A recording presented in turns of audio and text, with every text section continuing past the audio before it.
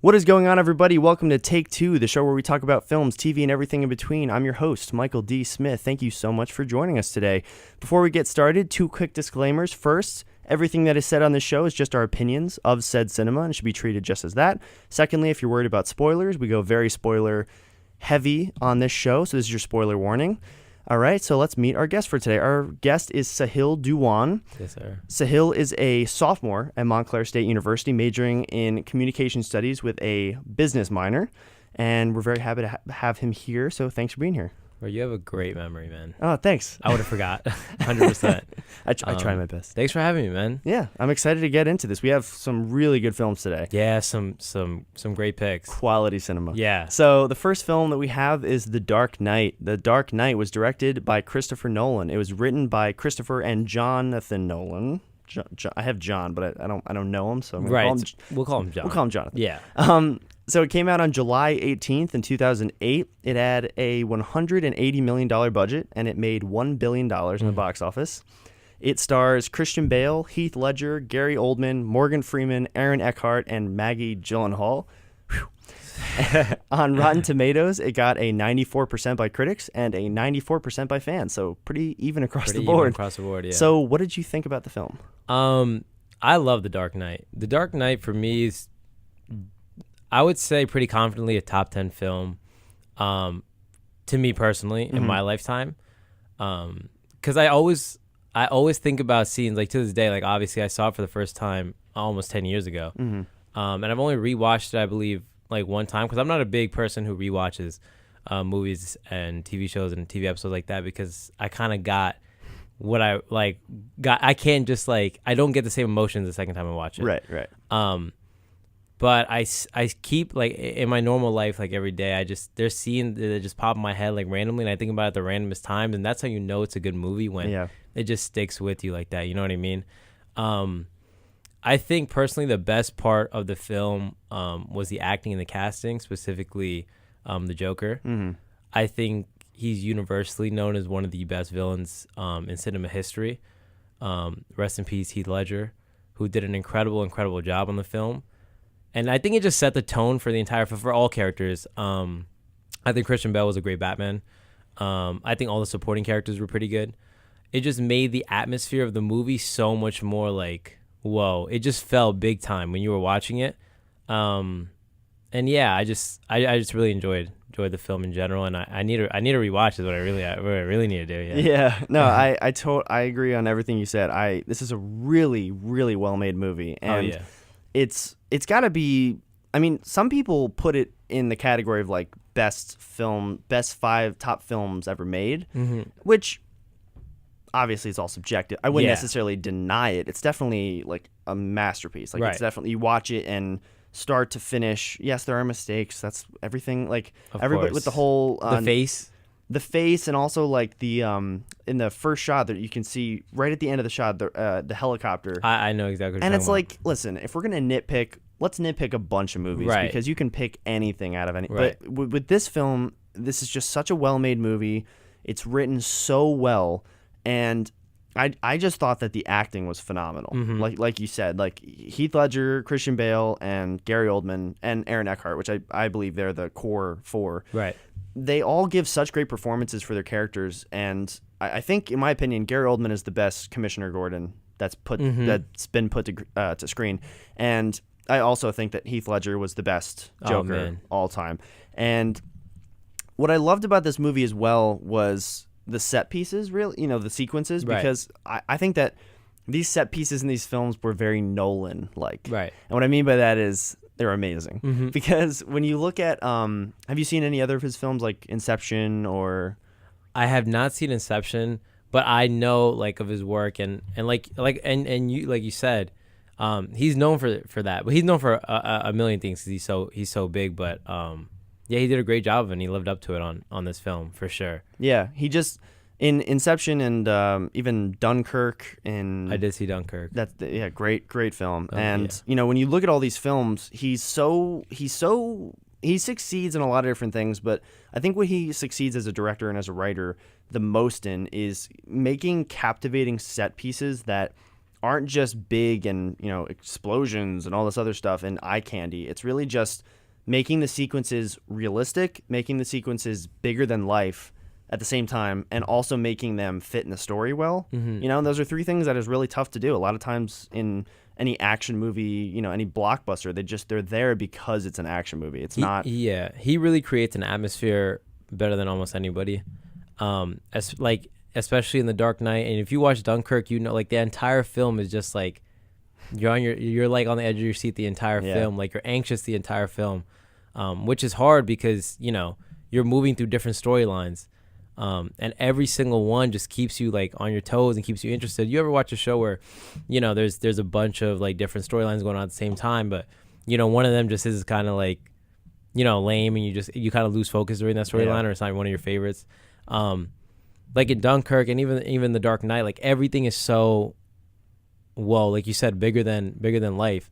But at the same time, it's like you feel like you're there, which is crazy, and how he does that.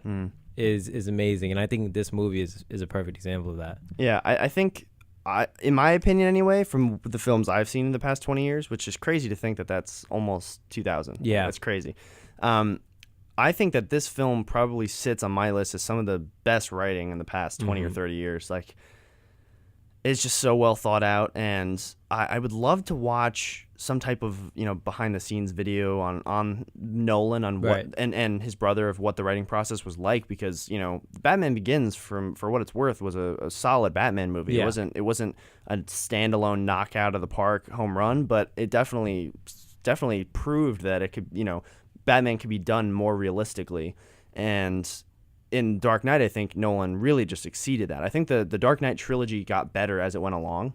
Even Dark Knight Rises too. Like, that's a film that is not as good as Dark Knight. Right. But it's not bad. Like, it's a good movie, and the villain is still also really good. It's just a different type of villain. Like, Heath Ledger did something so crazy because he not only made a character that everybody knows just universally as, the Joker. He not only made the character more famous, he not only made him more likable, but he also made the role so good, and he gave such a great performance that it makes any other contender down the road have to work for their money. And that's I think that's a good and a bad thing. I think you get those roles where an actor just exceeds so beyond what they were told to do. Like, a great example is Daniel Day-Lewis in Lincoln.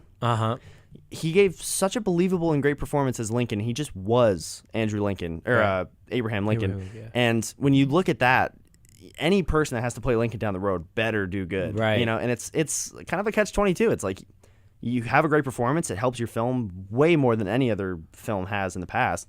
But at the same time, you're setting a new level of precedent that might not be able to be matched, And we see that because we've had a bunch of movies that have included a Joker in it, like Suicide Squad and stuff like that. And every single time... We don't talk about that film in this room. No, okay. Just that film. Yes. The Squad. Yeah, right. The Squad. Every time they announce whoever's, casted as the Joker in those films, instantly they're put on the hot seat. And they get so much criticism because of the legacy that Heath Ledger left. Whenever they cast a new Joker, it's like, well, you got to live up to this now. And even like all the Jokers aren't similar at all. They're all a little different. That's where the mix up is, because you expect him to be just as good as Heath Ledger and play almost the same as Heath Ledger is, but if you're creating a different type of Joker, because he's one of the most versatile villains ever, and and like a bunch of comic books and everything like that, he's always changing. That's what makes it even harder for these actors to live up to that, because they not only have to live up to what he did, but you have to do it in your own way. Yeah, which is crazy. But either way, I'm not mad at it. Like, I'm glad that it is that way, and you have that precedent to live up to, because it just makes the directors and the actors just focus that much more on creating a role to live up to that. Yeah. You know what I'm saying? And I think it's, Nolan, in my opinion, is one of the best modern directors out there right now, next to Edgar Wright and even, Joss Whedon and some other people. They're just really just great directors. And with a film like this too, kind of like what you said, like, I'm personally excited for the Joaquin Phoenix film, the Joker film. I'm very excited for that, because in my opinion, the best three characters from the film that shall not be named was Will Smith as Deadshot, Margot Robbie as Harley Quinn, and Jared Leto's Joker, in my opinion. I didn't feel like Jared Leto gave a bad performance. I think he embodied that character. I think with the problem with a lot of people was not his performance. It was just the studio's direction with the character. Right, exactly. Making him more of a gangster versus more of a anarchist. Like, exactly. And like some fans felt disrespected or kind of like cheated out, but I think Jared Leto did a great job in that film. I think he kind of got gypped. I think I would have loved, because he's a crazy actor, as it is, similar to Joaquin Phoenix. Like, they can both play really. Like, have you seen Her? Is that the one about the? It's like the computer AI? in their love. Yeah. No, I have not, but that's a movie that, if you have any doubts about Joaquin Phoenix playing the Joker, that's a film. I mean, he's not like psychotic in the film, but he just embodies like something's off with him, And I think I'm excited for Joaquin Phoenix because he's a great actor. He's universally a liked actor. Nobody really hates him, as a performer and as a public figure. And you saw the trailer, right? I mean, just like creepy, like totally. It feels more of a good mixture between, having not the eye, like the fan service of like the laugh and all that, but it also has the realism that Nolan brought forth, but still like not kind of stepping on the toes of Heath Ledger, but still, it's a tough balance. It's this more than anything too, because like we talked about those other Jokers, and they were, they weren't the centerpiece of those films. They were kind of, like role players, or they were just characters in the film. Even the Joker in the Dark Knight, he was a main character, but so was Batman. You know what I mean? It's kind of sharing that role. In this film, the Joker is the main character. You kind of follow it, so it's the main focus of everything. So you really, I wonder how many people they auditioned for the thing, and how long of a process it took to actually decide. All right, we're gonna go with Phoenix here, and then why they chose to do it. I don't know if the directors, they probably like come out with statements or whatever why they chose that, because like I said before, no matter who they cast is going to get some backlash. Right. But I'm really interested to see how they went through that process and who they considered. Yeah. I know for this film, too, I don't know if you've seen any behind the scenes or documentaries on The Dark Knight, but I know that apparently the Joker was actually supposed to be the villain in the Batman Begins, I think, if I'm not mistaken, and Christopher Nolan knew he wanted Heath Ledger to play it. And he approached him about it, and Heath Ledger said, I'm not going to be in a superhero movie. I just can't do it. Mm-hmm. And then he saw Batman Begins, and not immediately, but, in this case, he immediately called Christopher Nolan and said, I got to be in the next movie. And he was like, great, I'll have you on. Right. So, and then Christopher Nolan and Heath Ledger, they worked together for months before the film and really perfected everything. Like, everything from the makeup to, one thing Christopher Nolan said was how Heath Ledger thought that if this character, he would put his own makeup on. So Heath Ledger put his own makeup on so that in his fingertips you could see white makeup in the nails. Residue, yeah. And even the scars, there was the makeup, it kept popping off. So the little like lick that he did on his sides was actually to keep the makeup down.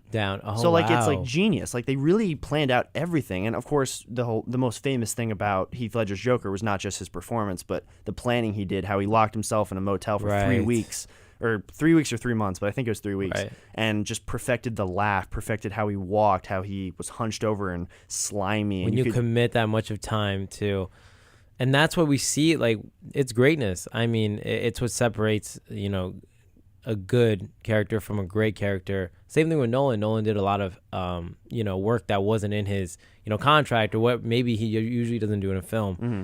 So what makes a film so good is taking the extra step. And the saddest part and the greatest part is how invested Heath Ledger got into his role, and you see it. Like there's not a second where when you're watching the film you double you kind of are like, all right, maybe he's not right for this role. Like it's like he's actually like part of our world. Right. That's how real he felt. Yeah. When you're watching him, and it's like he felt like someone you had to look out for as a viewer. You know what I mean? And he jumped off the screen.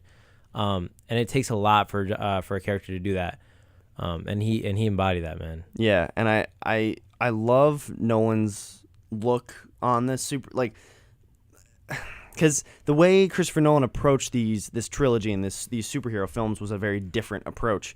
He didn't want to make a superhero movie. He wanted to make a real movie with a superhero in it. Like he didn't want to make a movie in a superhero world. He wanted to make a real movie in a real world with a superhero in it. And that's exactly what it felt like. Right. And I think, and it's kind of hit or miss for me because, I love the trilogy. I'll watch it for probably ever. But at the same time, I still love those superhero classic. Like, have you seen Avengers Endgame? I'm not a huge Marvel fan. But did you see it? Did you? Yes. Just real quick. I saw it twice. Did you? So you obviously liked it a lot. Loved it. Yeah. Okay, I'm glad because everyone I heard that watched it loved it, except for my roommate who was kind of iffy about it. He was kind of like, he wasn't the biggest fan of how it ended. He thought it should have been a little bigger. I mean, yeah. Well, that's actually one point I have about this film too. Is just so we can stay away from spoilers, just in case. Right. This film for the ending, it's somewhat controversial as well. Because you have your hero, and he makes a huge sacrifice to keep the city running basically and keep it functioning, and the whole not. I guess narration, but to his son, Gary Oldman's narration at the end where he, drops the line, he's the Dark Knight, and he's like our watchful protector or silent guardian. And, the way I look at it is I love how the writing was and how Christian Bale gave it, where he says, Batman can be anything. Like, I can be the hero or I can be the villain. And kind of like what Harvey Dent said in the beginning, which foreshadowed the entire movie for him and for Batman, you either die a hero or you live long enough to see yourself become the villain. That's probably my favorite line from any movie ever. That was so good too, and they just slipped it in there. Right. And and now it's on T-shirts. It's like it's so good. And when you look at Harvey Dent, that obviously is his entire arc summed up. But then from the public eye, that's also Batman's arc. He starts off a hero, and then he stays too long, and they think he's the villain, but really he saved the day. And it's like, I love it because it's not a happy ending. It's like, it's happy that the city is like safe and that the Joker's in bars or behind bars, and Batman is triumphant, but at the same time you feel like the sadness. You're like, no, he lost. Like he's losing his reputation, and now everybody wants to, like, they broke the Batman signal, and like it's like, dude, what did you do? But at the same time, it's like, good job. But at the same time, you go down to the core of what Batman is there to do. Right. It's just keep the city running or save the people. And it came full circle as to, even if it ruined his reputation, which it ended up like doing, it's meant to be. And I mean, and like you said, in the beginning, he started off as a hero, and then you slowly started to see him, change face, and people started blaming him for things when obviously that for most people wasn't the case. That's what made the film also so good, because they kind of tugged on, like, they did this tug of war back and forth on, second guessing. And like you said, like going back to the Joker, the character was so good because he's clearly like a bad guy. But as a viewer, at least a lot of viewers kind of liked him. You know what I mean? You kind of, at certain points, you kind of rooted for him because he was so good at being bad. You know what I mean? And he was so, like, I don't know, so good at being like a bad dude that you were like, you just kind of just sat back and were like, wow, like this is amazing.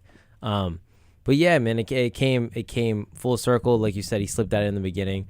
And we were just talking about like Game of Thrones, like no spoilers if you watch Game of Thrones, but like you said, everything in Game of Thrones, like they kind of foreshadow a little bit. You don't notice when you're watching it, but you kind of realize it down the line. But yeah. And I think this film too is just such a good, I mean, yeah, it's a great superhero movie. It's a great, hero versus villain, but it's also a great political thriller because it does actually take the superhero ideal and kind of flip it on its head, because there's constant back and forth between police officers and the mayor, and kind of going through like what would actually happen if some guy in a suit was beating up criminals. Right, because it is like Christopher Nolan aimed at, he made it very realistic, like a superhero in a real world. I mean, like when you said that, like a superhero movie, like I don't personally think of Dark Knight. Like when I hear that, like Dark Knight, or someone brings up a discussion about Dark Knight, I don't instantly think superhero movie, which is crazy. Obviously it is a superhero movie, Batman the superhero, but I don't think that instantly when I hear when someone says, did you see this movie, or how'd you think about this movie, or right. I just don't think of superhero. Like, it doesn't pop out at me. If you talk about Marvel movies, like, it pops out at me, right? This doesn't, and that's why I think it appealed to such a mass audience too. Mm-hmm. Yeah, for sure. Yeah, and I think especially the one scene where what's his name, Bruce Wayne. Bruce Wayne is about to step up and say that he was Batman, but then Harvey Dent says, "No, I'm the Batman," and he takes the fall for him because in that entire scene, it's kind of a back and forth. It's like if Spider-Man or Superman existed, it's like, great, police officers probably like them because they're taking a little bit of the load and saving their lives, and it's like, whoa, they're awesome. Mm-hmm. But then at the same time, if the hero is there and they're causing more grief and more death because they're there, and the villain they don't like the hero, it's a huge debate where they're saying, like, no more dead cops. Like, it's like we loved you, but now you're just causing more problems than you're solving. Mm-hmm. And it's like, it's a really great dilemma that Nolan set up in this world. And I love how it's still oriented around gangs and mobs and mafias, and it's still a crime thriller. That's the best way I could think. Right. The crime thriller. You could say, that embodies a film more than I would say superhero does. Right. I think superhero is kind of like by the way, Batman's in it. Like, I think this film could be literally anything else, but it had to be Batman. And that's okay. I think that's great. I think the relationship between Harvey and Bruce throughout the film was so good. Yeah. Like, it was so good. It was that tug of war kind of thing. Yeah. You had no clue where it was going to go. Because Harvey was kind of an unpredictable character too. Mm-hmm. I think he was, like I said, like, the casting was so amazing, and I don't think anyone could have played, a better Harvey Dent. Like, he did a great job. Which is surprising because Aaron Eckhart is not in a lot of big movies. No, like, the biggest movie other than this one that he was in that I can think of was Olympus Has Fallen. Mm-hmm. Which, have you seen it? I've seen Olympus Has Fallen. It's like, I don't hate, like, okay, it's not like the best film ever made, but I enjoyed watching it. Yeah, it's entertaining. Yeah, that's the best way to put it. Yeah, it's not gonna go down in history, but it's entertaining for sure. It's definitely better than White House Down. Oh yeah, that movie way was not better. Yeah, and I like apocalyptic type movies that like turmoil in the White House type thing. But I don't know. You could kind of see, like, Nolan definitely had a vision going into this. Like you said, he didn't have a lot of big roles. And this was a big role in the film. Oh, yeah. And a big film. And he killed it. He knocked it out of the park. I mean, without this character being the way he was, Batman would have ended the movie still a hero. Mm-hmm. The Joker would have lost. Mm-hmm. But really, he won. Like, the Joker won. Like, he won. And it's I don't know. And I wanted to, before I ask you this question, but so one thing that I'm a huge fan of, I always talk about it on the show, but that's because, every guest that's on here doesn't always know this. So I grew up in a very musical family. Mm-hmm. Everybody in my house plays the guitar. Everybody in my house has been in band and chorus. And so I'm a huge fan of scores and musical, film soundtracks. And in this film, it's probably like one of my favorite film soundtracks. Wow. I don't even think, like, that's incredible, because I don't even think that was one of, like, his, like, Nolan's, and even, like, the writers, the people that set the background and the scene for the movie. I don't even think that was, like, of course it was amazing. Like, the soundtrack ended up being incredible, right? But I don't think their main focus was on that, right? Which is really interesting that you say that, because there are films that the soundtrack almost, like, creates the entire atmosphere. Yeah. That's interesting. I think I would argue that the music doesn't create the atmosphere, but I think without it, they would be at like a 60%. Like, they're more than half there, but they need that little push. It keeps up with the tempo of the film. Right. And and like, just, dude, like, I mean, other than The Dark Knight with the drums and everything, that's great. But my favorite theme is the Joker's theme, where it's a violin and it's just like slowly going up the strings, and it's like really like, you're like, oh, your teeth are, you're like, oh God, this is like terrible. And it fits so well with the Joker as a character, and it's probably in my opinion, one of the most accurate. That's songs. The thing, though. I think it just fits so well that, like, you'll be watching and don't even, like, really get to appreciate it so well, because totally just, like, it transitions so smoothly. And each character kind of has their own kind of, like, theme, like the Joker, and it just fits. It goes with the tempo of the film. So when these, musical scores or whatever else is going on in the background of the film, it kind of just meshes in, like, it doesn't stand out at all. Right. but it was outstanding nonetheless. Like if you take the music away, you'll notice it. Yeah. When it's there, it's not like it pops out. Right. That's a hard thing to do. Yeah. And so this is the question I wanted to ask you. It's a pretty not loaded question. It's pretty simple, but. So obviously, Heath Ledger gave a great performance, as we talked about, for probably like solid 10 minutes. Right. And I think because the Scarecrow was in the beginning of this film to connect the two films in a so-called universe, which I thought was very well done.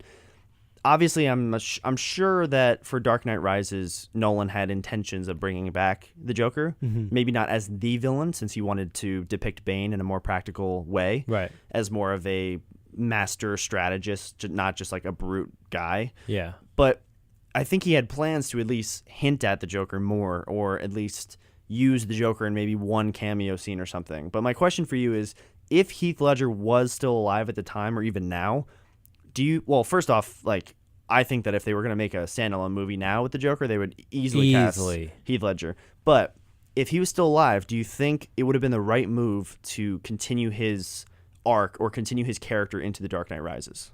No, because I think you would overplay it a little bit. Not that, like, I think Heath Ledger would have done just as an incredible job the second time around, but you'd kind of water it down. It's like when there's an amazing film and the studio decides to make a quick cash grab where they really like care about the series and they make a sequel and it just kind of takes away from the legacy of the film because it's so bad.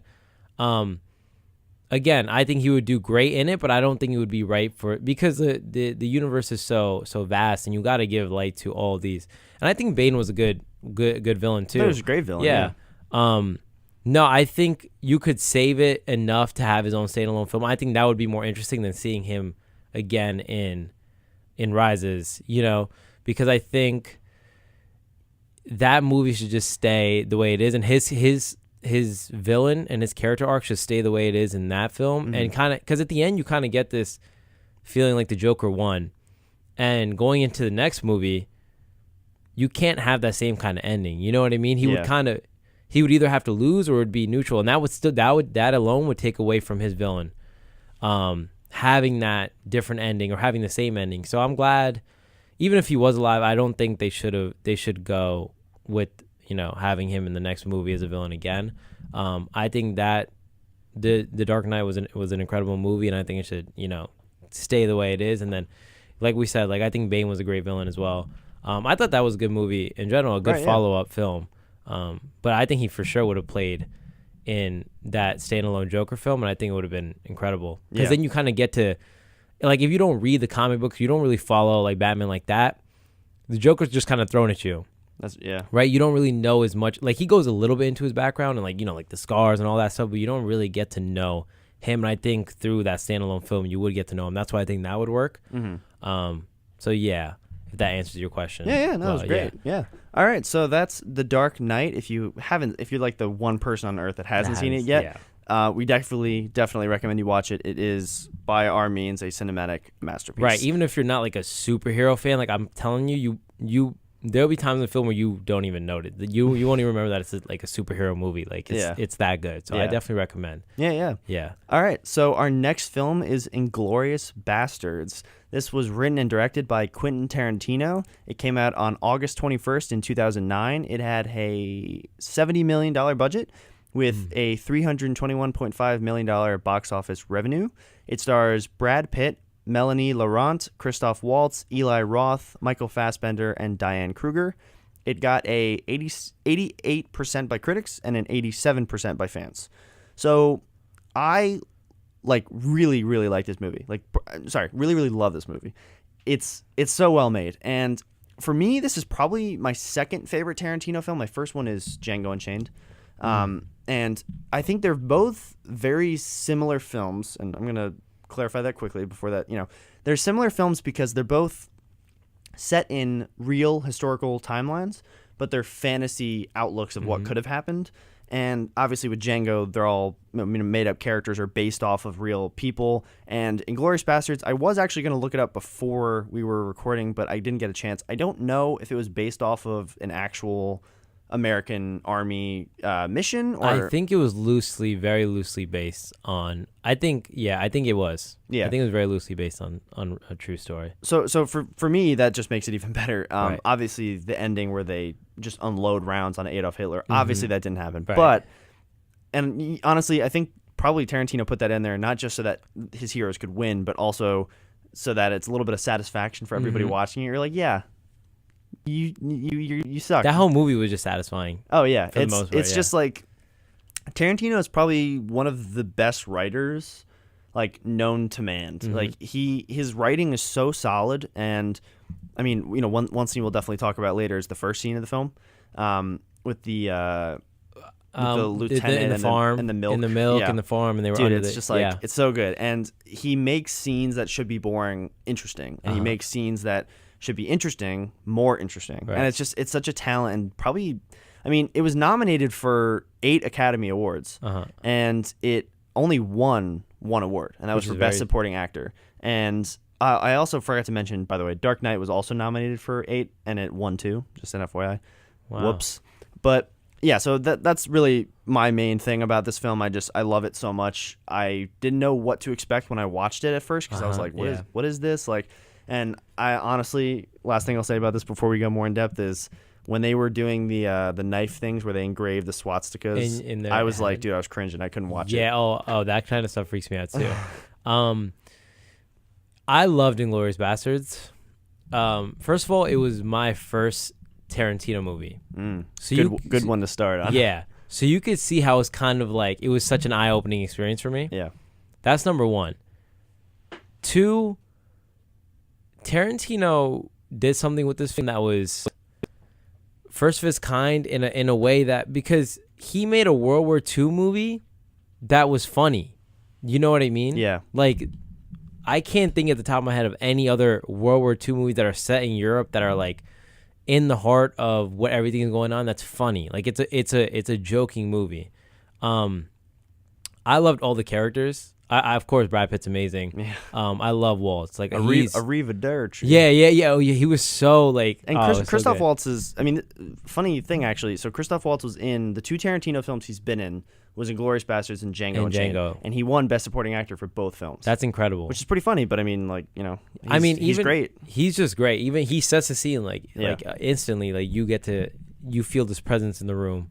That's why I think this film was so amazing. But it was so like I don't know if we want to get into scenes yet. But my favorite scene in the entire movie was the bear juice scene where they're all like, they're all like huddled up in that little like ditch.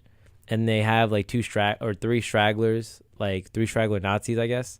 And then 2 of them, I guess, get killed, and the one's like they ask him for information, he's like refusing or whatever. Mm-hmm. And then the bear Jew comes out, and then like it's so weird. Like I said, this is my first Tarantino movie, and Tarantino adds so many elements to movies that make it unique, but it usually works. Mm-hmm. And he added this like comic book feature where all the like. All these characters, like they're literally like there's like literally a Nazi on the floor, and there's like a Jew with a baseball bat ready to bash his head in. Yeah. And then like all of a sudden there's like they introduce him, and it's like a comic book like type animation how they introduce. It was just super cool. And like I said, it's hard. It's a funny World War II movie, and I think he did an amazing job at making that good. Mm-hmm. Like you said, going in to watch the movie, you have no clue what to expect, and I think it just worked amazingly. Yeah, I think I had a guest on Zach Miller, and we talked about Django Unchained, mm-hmm. and one thing we talked about was in that film was how it was that Django Unchained. You could argue we were saying it was more of a character-driven story, but one thing we also talked about was how one of Tarantino's best skills and best talents is his character building, mm-hmm. and just his characters in general. He has some of the best written characters, probably like consistently in film history. Like unique characters. Every film he makes, his characters are so well thought out and mm-hmm. so perfectly crafted. Like it's not a half-made statue; it is a full statue, and mm-hmm. you can see every detail and like everything about the character just by looking at them. And Christoph Waltz's character and Brad Pitt's character, Michael Fassbender's character—they're all just so well made. And they're so unique and iconic that when you watch the movie, you're like, "Oh my God, that's right. Colonel Lance Honda." Like, right. It's just so cool, and I that's something that amazes me about all of his films. That's why I'm most excited about this summer for Once Upon a Time in Hollywood. I was gonna say, yeah, I cannot wait for that film because not only does he have Brad Pitt back on screen, but he has also Leonardo DiCaprio again. So many like, and huge, it should be really, really, really good. But yeah, so let's talk about that first scene first because we could really dive into that so much. So for those of you who haven't seen the film, sorry if you're watching this. Yeah. But in the first scene, there's a farm, and yeah. By the way, quickly, I also love how Tarantino in this film, he doesn't do it in all of his films, but I love how in this film he like makes it by chapters. Like he actively says like chapter 1, chapter 2, and like it didn't feel weird or like really they did that. Like it felt natural and actually like fit it perfectly. I think it fit this film perfectly because it made it added to this. It added to the story of it rather than because, like you said, sometimes you see it and it's like, well, like it's kind of corny. You know what I mean? It worked and it made it easier for the viewer to follow. Yeah. But so in the first scene, it's a normal farm in France, right? It's in France, yeah. And really, just pretty landscape. It's a hot summer day, and then randomly again, this is another film where the music was just great. Oh yeah. And the farmer who's there, he notices that down the roadway there's a Nazi, I guess, convoy coming towards him, and so he immediately, gets his family ready, and then the Colonel Hans Landa, yeah, there you go, played by Christoph Waltz, enters, and he's really, really nice, and he speaks his tongue, and he says, may I have a glass of milk? Charming. Blah, blah. He's very charming. He's very nice. Not what you'd expect from a Nazi. Right. And then the entire conversation scene happens, and it's just in a normal, normal house in a kitchen, and there are a lot of different things. There's a YouTube channel called Lessons from a Screenplay. Have you ever seen that before? I've seen a few videos from him, yeah. They did a video analysis of this scene and how genius it was and how beautifully executed it was, because when you actually look at the screen on page, it's so boring. Like, just ridiculously. Oh, yeah. It's just back and forth dialogue scenes. And I think this was probably like the best dialogue scene executed in such an important and an effective way for the story that I've ever seen. Yeah, I feel like Tarantino knows that, though. I feel like he's like, I'm going to turn the most boring, setting and scene into this incredible. It's just kind of a notch at his greatness. He's just kind of acknowledging it, like himself, and it was amazing. Yeah, it's the little nuances is probably my favorite part, other than the whole twist, which is that he knows, he's so smart that, because what's his nickname?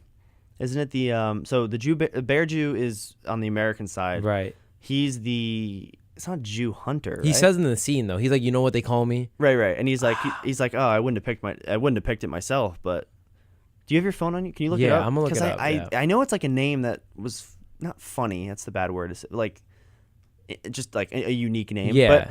But he basically, the little nuances that Christoph Waltz does, where he basically asks for milk from the Monsieur La Petite, right, his daughters.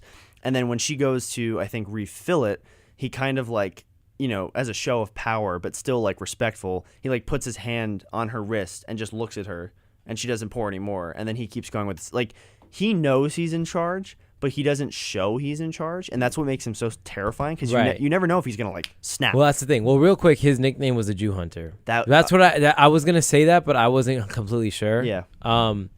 But that's the thing, because he comes off so charming. And if you haven't seen the film, the family that he's interacting with in the beginning, they're not Jewish.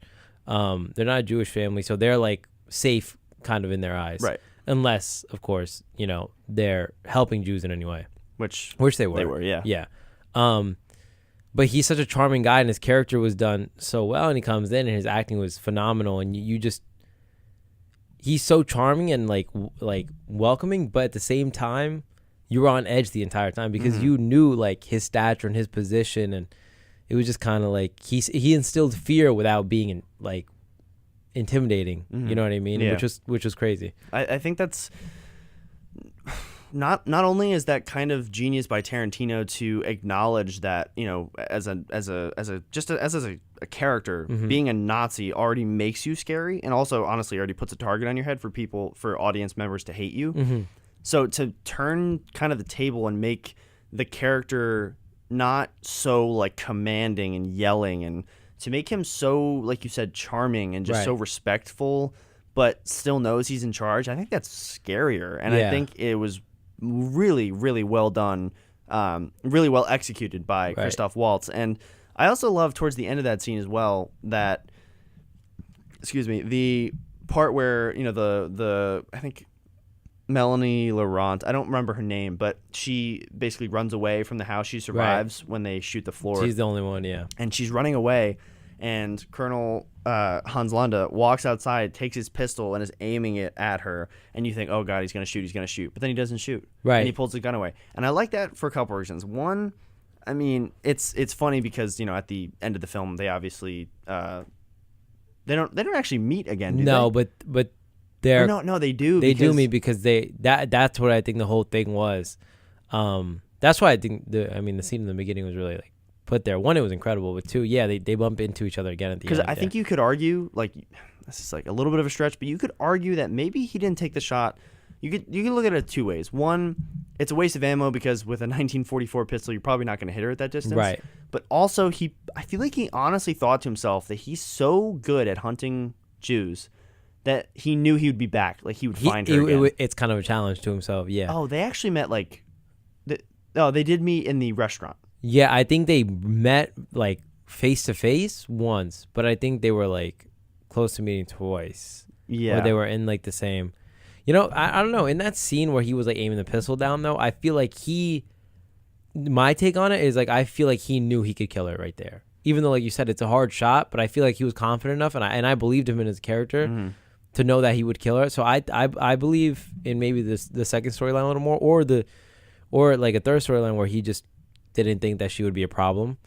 And you kind of see, like when you think of, like, Nazis, or especially the people up top in charge in history, you learn about it and you picture them in your head. It's just kind of brute, commanding, intimidating. And he was not that at all. He was the opposite, really. And I think not killing her might have just been, like, reassurance that, this guy actually has a personality and he's not just, like, kill everything in sight. You know what I mean? Right. I feel like when I was watching it, I was like, I know he can kill her if he wanted to.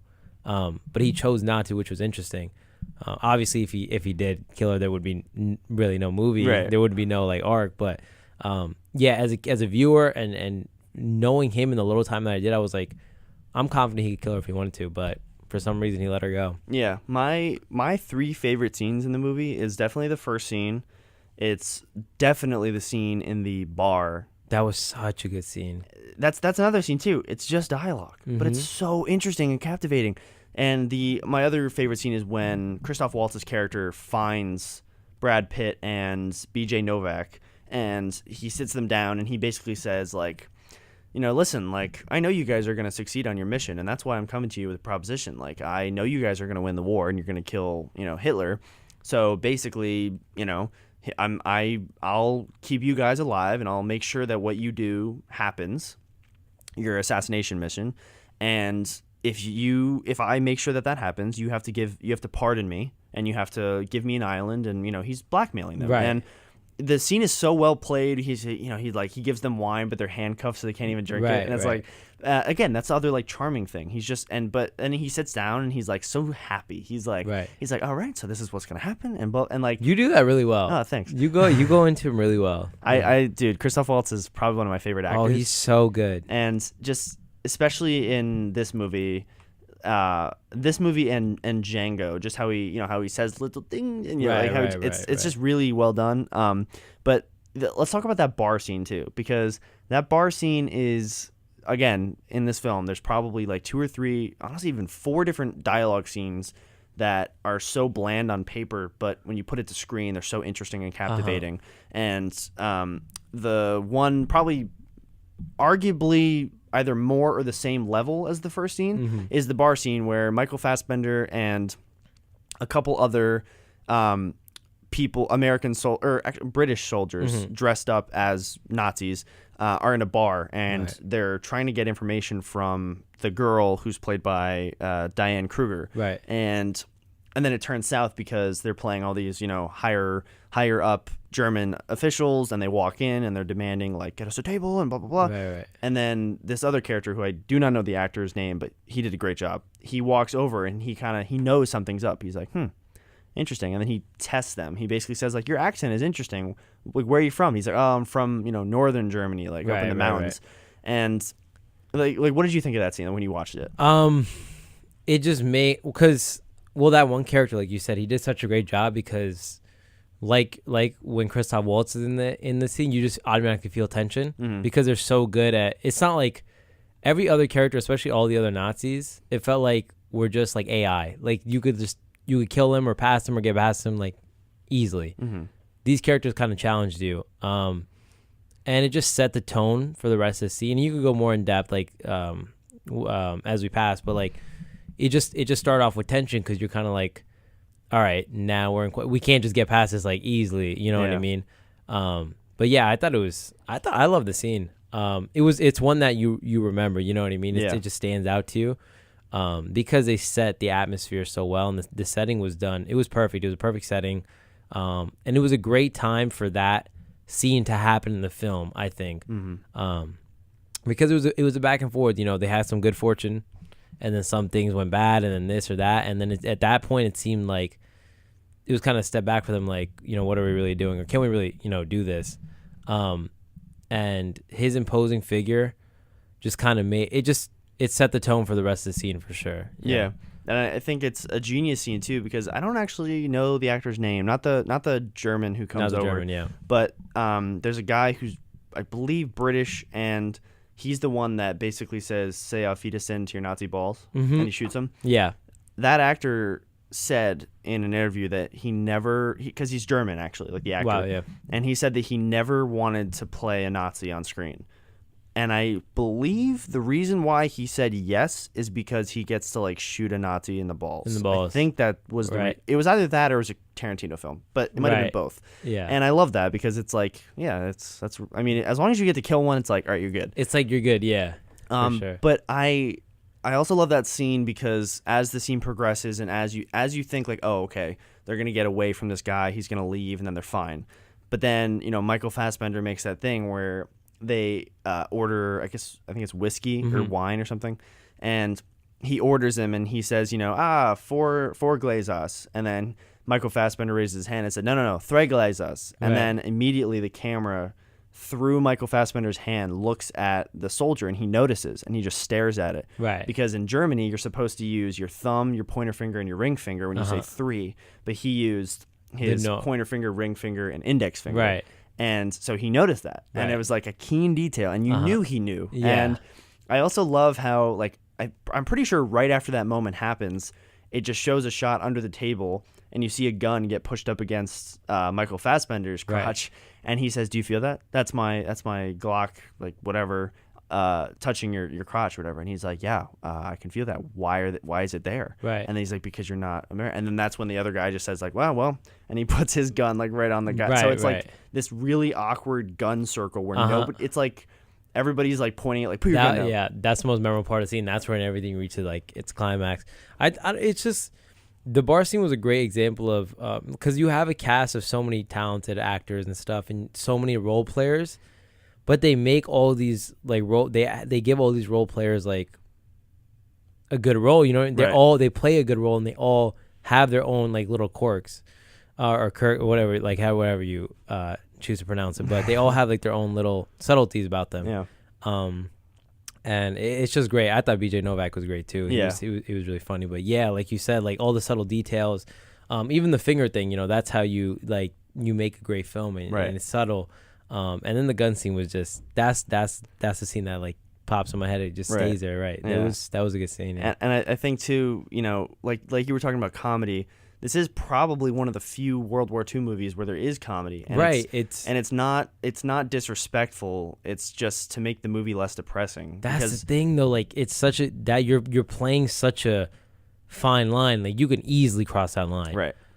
But I didn't feel at any moment that they did that. Because even in he does this in all of his films, and that's why I love his comedy, because it's unexpected yet you expect it because it's Tarantino. Right. Like when you watch Django, there's a lot of humor in that film. Mm-hmm. And that film was a very like depressing film about, you know, a world of slavery. And Right. you know, but yet they still work in this little funny banter between the characters. They add just funny character lines in general. Like in that film, how they made the Ku Klux Klan look like idiots. Right. Like that's hilarious. Yeah. And it's funny to see those, you know, evil people seem so dumb. That's what he does the best. Like with the Nazis. Right. This was a little different though, because he made certain characters like Waltz and the officer in the bar like not that.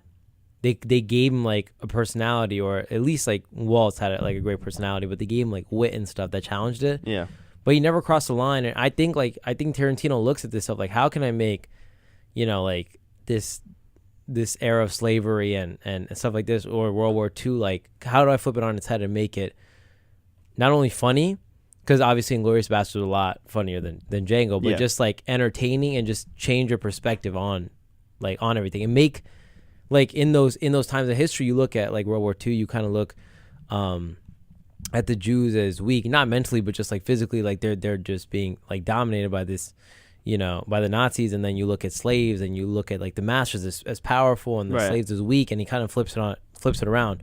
Whereas like Django was a pretty powerful character. He's pretty sure of himself. Oh, wow. He was like, I didn't you know even what think I mean? about that. And then in Inglorious Basterds, like, you know, the Jewish characters are very like strong, and the Nazis for the most part look very weak. Oh my god.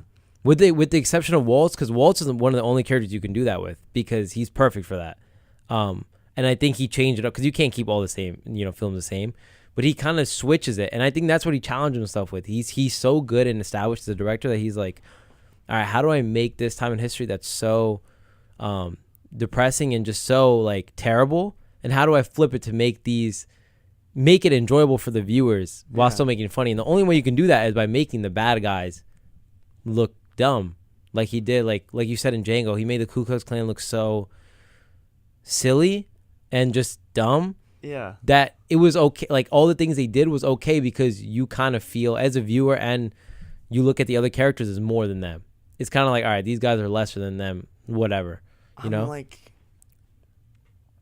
that's such a, like, I've never heard that comparison before, but it makes so much sense. Like, yeah, it's like, you have a typical in history, not necessarily in film, but in history, you have Nazis are, you know, bad, obviously, and slavery as a whole is bad. But I would argue, if you think about it, how you said, you know, they make the Nazis look, in comparison to the American Jewish task force, the Inglorious Basterds, right? They make the Nazis look dumb, but if Christoph Waltz is the exception of that, I think Calvin Candy is the exception of the masters. You're right. Because like the master in Django, the master who led the Ku Klux Klan raid, like he was so dumb. You're right. He was like having a whole conversation with this slave girl, and he basically says like, you know, oh, make sure you don't treat Django, like trash. Like he's so she was like, okay, so you want me to treat him like white folk? And he's like, no. That's not what I said. Right, like it's just this funny banter, but he's so dumb. But and he's like dumb, right?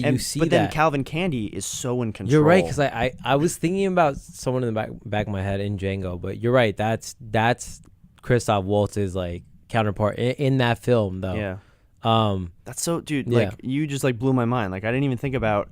And I think these were back-to-back films, right? I think they. So this was 2009. Django was 2012. So no, I think they were back-to-back. Or at least these were like consecutively. Yeah. These were the two films. But it's like it's crazy how I don't even think, like you said, like I think it's not just that he wanted to change the narrative of history to make the not in power.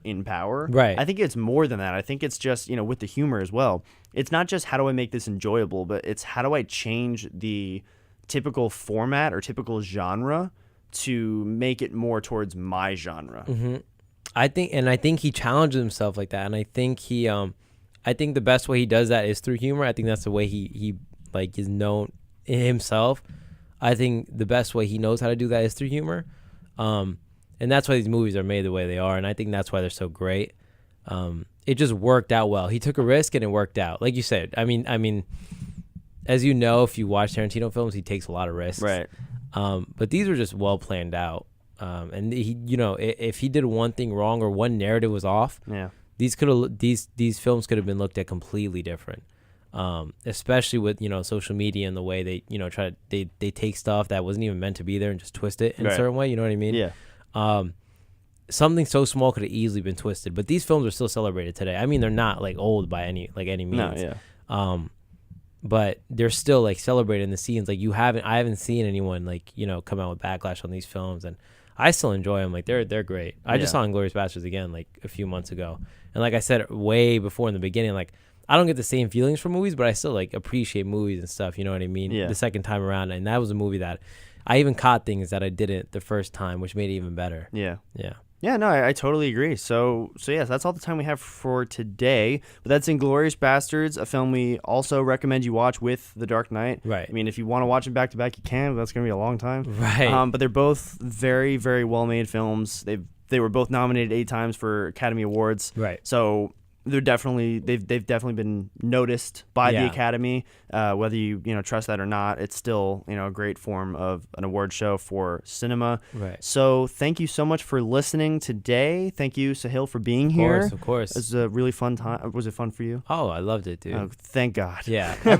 feel like every time we talk, we have a because we met during we were training to become a DJ here, and we were on a show together, and we met, and then we started talking about Game of Thrones, and we were it was so amazing. And we were like, oh my God, you watch Game of Thrones? And you were like, you picked it, and then we went for like an hour or 2 hours. I don't even think the host Alejandro, shout out to Alejandro, I don't even think he talked for that entire 2 hours, because we were just going back. We were just talking, and he was like trying to change the conversation. We're like, no, Game of Thrones. Yeah, Game of Thrones, like. Come on, like we're mid conversation here. You know what I mean? Yeah. So it was great, man. I'm glad. I love that you do this. This is amazing.